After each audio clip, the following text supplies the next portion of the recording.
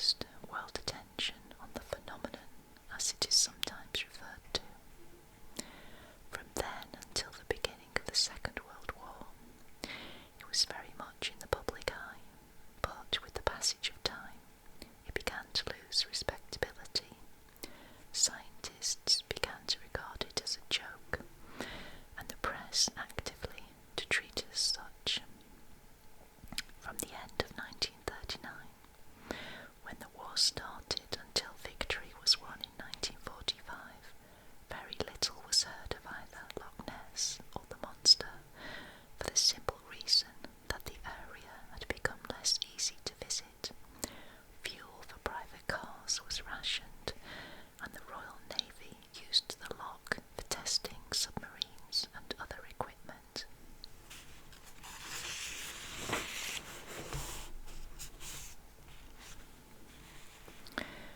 For the next decade or so, until 1957, when the nation was struggling to get back onto its feet, the loch remained a rather distant place. Although the flow of summer visitors slowly began to increase, during this period the monster's fortunes were at a very low ebb indeed. Science had long since rejected it, as had the public, who now treated it with indifference, a sort of funny story that was no longer original or amusing. But in spite of this, the Loch Ness Monster refused to die, though officially it was long since dead and buried. Throughout this whole period of time, many apparently truthful accounts had come in, all describing the same thing: huge unknown water animals swimming in Loch Ness. From 1957 to 1962, there was a dramatic change in fortune and events. It all started with a book written in 1957, More Than a Legend, which added to the facts about the monster, or rather, monsters, because it was obvious that there must be several of them living and breeding in the loch. As a result of this book, some of the men and women who read it became actively interested in the subject, and during the next 10 years, until 1972, Loch Ness was the scene of a great voluntary effort to solve the mystery. The story of this research work is still unfolding today. With this picture frame of events, it is now possible to paint in details which add colour and depth and a proper sense of perspective. But to do this, we must go back to 1934, because in that year, several things happened of importance beyond the run of usual monster sightings. Firstly, a hoax, or practical joke, was exposed as such in early January, and as publicity had already been given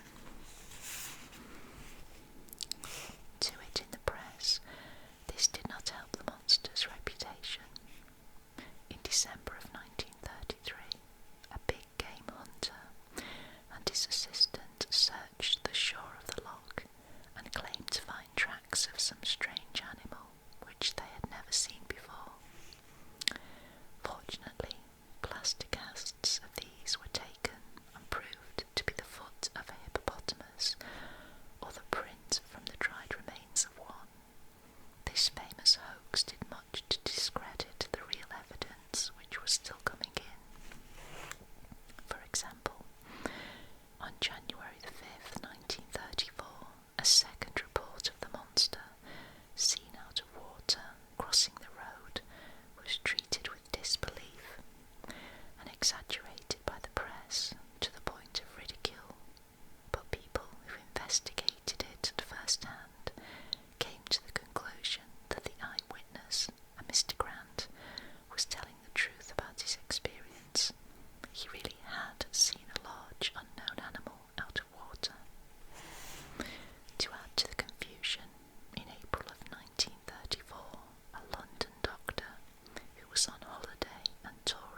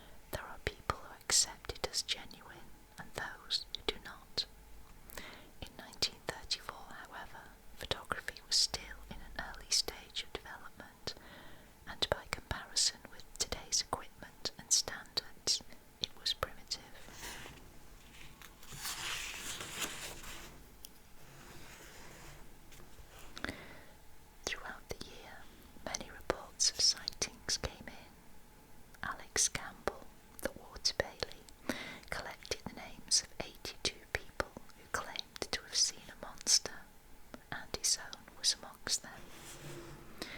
In a letter written to me in 1960, he was kind enough to record the details of his own dramatic experience, which occurred early one morning at the western end of Loch Ness. It reads as follows. I was standing at the mouth of the river Oik, which flows past my door, one beautiful morning that summer. May, if I remember aright, and was gazing across the loch in the direction of Bolam Bay. Suddenly my attention was drawn to a strange object that seemed to shoot out of the calm waters almost opposite the Abbey boathouse. As you can see from the sketch, the swan-like neck reached 6 feet or so above the water at its highest point, and the body, a darkish grey, glistening with moisture, was at least 30 feet long. I gauged this carefully in my mind's eye by placing 2 ordinary rowing boats of 15 feet overall length, end to end, and I don't think I was far wrong, because I have had lots of experience of that sort of thing, having lived on the shores of the loch all my life, apart from last war years. Still watching and wondering if I would have time to run for my camera, I heard the noise of the engines of 2 herring drifters, they call them trawlers in England, which were proceeding down the lower basin of the Caledonian Canal, which enters the loch almost alongside the Abbey boathouse.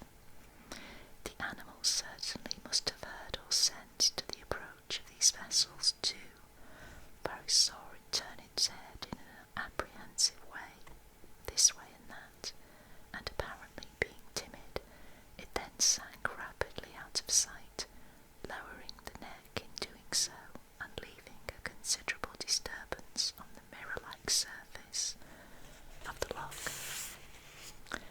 The animal would have been some 400 yards from where I stood, possibly less, and I had a very clear view of it, which lasted several minutes. As a result of so many exciting reports about the monster, rewards were now being offered for its capture. Mr. Bertram Mills, the world-famous circus owner, offered £20,000 for it to be delivered alive to his circus. Another offer of £5,000 was made by the New York Zoological Park, and £1,000 was put up by a private individual. The value of these sums today would perhaps be 3 or 4 times as great in terms of the modern pound sterling, which has reduced in value due to inflation. Thus, the prices were very large, and no doubt there were people who would have liked to win them in 1934, which was a time of great industrial depression.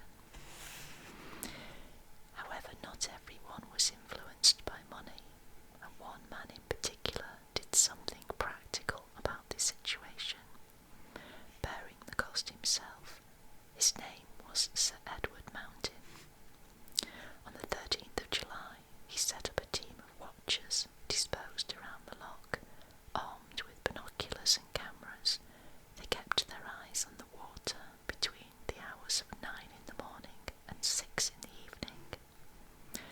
Altogether, 21 photographs were obtained during the first 2 weeks, of which 5 were good enough to be enlarged, and later a 10-foot strip of movie film was added to the collection.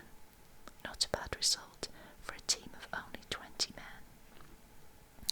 However, the scientists who viewed the results all said they thought the object must be a seal. How a seal could get into the loch unobserved was not stated, and as was pointed out by an expert on seals who had studied them and lived amongst them in the wild, they do not swim at speed on the surface, leaving a large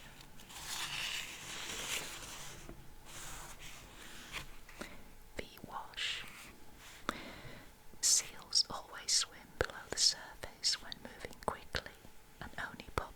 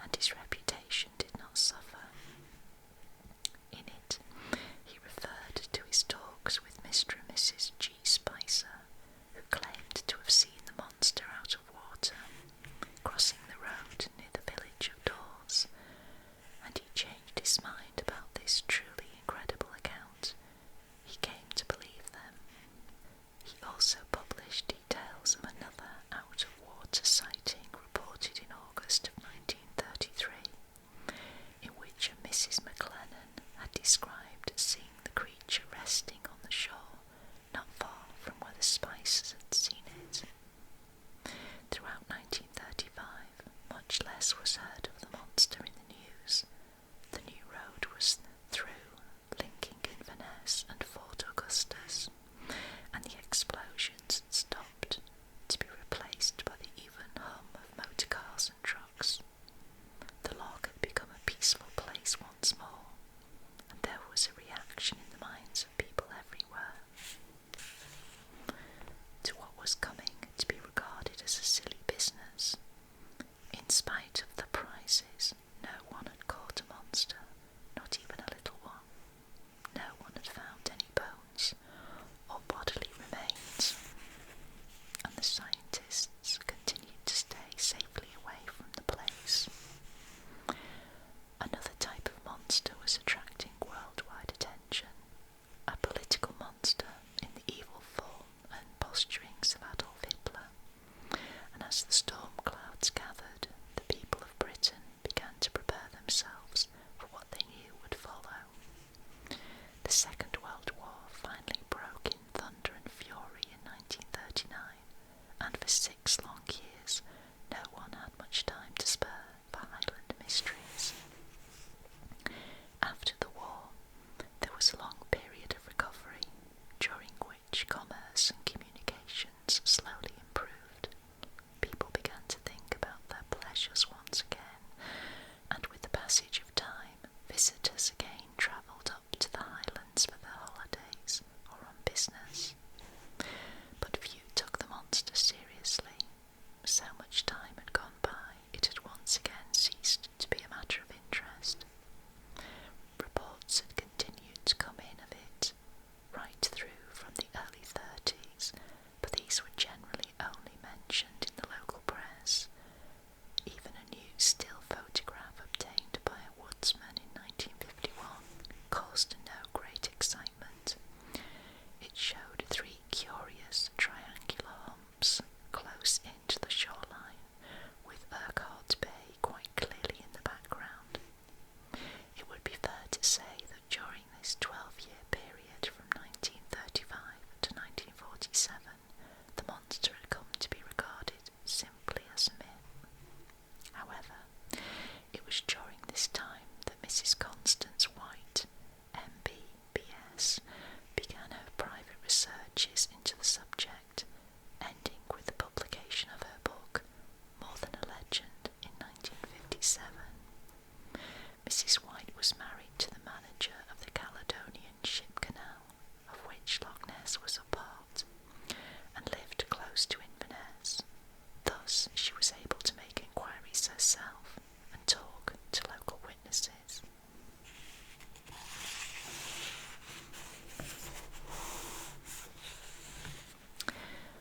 Her book was read by many people, and as it had been prepared with care and truthfulness, some of these people became so interested in the subject that they began to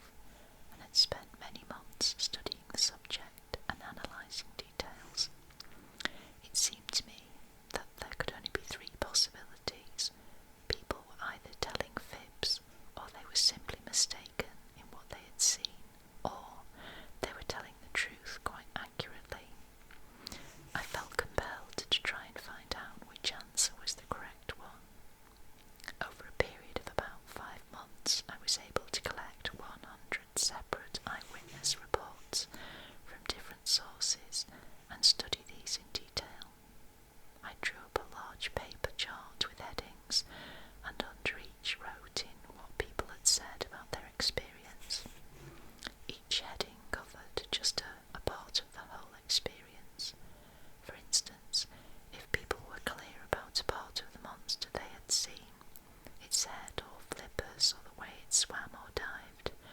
These bits of information went in under the correct heading. Altogether, there were 22 headings, and by the time the study was complete, there were many yards of paper attached. The whole job proved very interesting, and as I progressed with it, it became clear that the monster really was a living animal. I could scarcely believe it, because it was like proving that a unicorn existed, and yet I could not doubt the truth of what I had read and analysed so carefully. Obviously, the next step was to travel up to Loch Ness and to see if I could obtain some fresh evidence on film. I could not get away until April of 1960, but in that month I loaded up my small car with cameras and tripods.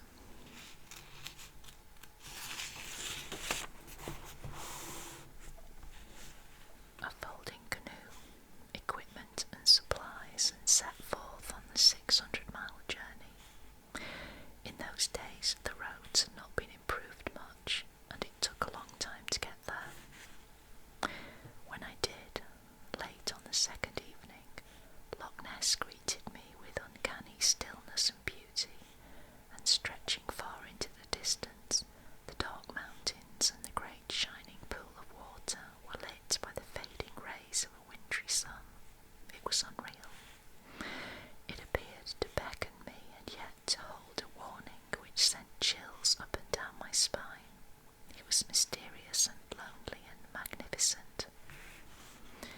Driving on, I spent the night at a small hotel on the south shore, about halfway down the loch, then started to hunt in earnest, rising at dawn each morning and travelling round the loch to places of advantage from which I could scan the water. It was a huge lake, nearly 70 miles round by road, as I soon discovered in my search for local witnesses, people like Alex Campbell, the water bailey, who could tell me of their experience at first hand. Talking to these quiet Highlanders was encouraging, because it was obvious they were telling the truth. It was most exciting too, because what they described was the monster I had learned about on paper, but their experiences brought it to life for me. I decided to redouble my efforts with the long-range movie camera, which I set up each morning at different places around the loch, watching through the hours of daylight, scanning the waters with binoculars. After 3 days of this, without result, a man staying at the Foyers Hotel on holiday told me that he had seen a huge V-wake travelling down the loch about half a mile distant. There was nothing visible making it, and as no ordinary fish in the loch could make a disturbance like that, I realised that at least one monster was still alive and kicking. This was an exciting moment. Then on the evening following, I saw a disturbance, but not a V-wake, off the mouth of the River Foyers. I shot some film of it in bad light, and later, when the film was developed, it proved to be a patch of rough water caused by waves breaking over a shoal of rocks just under the surface. I was not to know that at the time, however, and continued with my expedition for another 3 days. Early on the Saturday morning of April the 23rd, 1960, returning from a dawn watch further down the loch, I spotted something large far out on the water. I was in my car with the camera mounted on a tripod, beside me in place of the front seat, which I had removed. I was overlooking Foyers Bay at a point about 300 feet up the mountainside. It was just before 9 o'clock, and the water was calm and the air clear as crystal. The sun shone on the object, and I could see it was a reddish-brown colour. Stopping the car at the roadside, I lifted my binoculars and examined it carefully.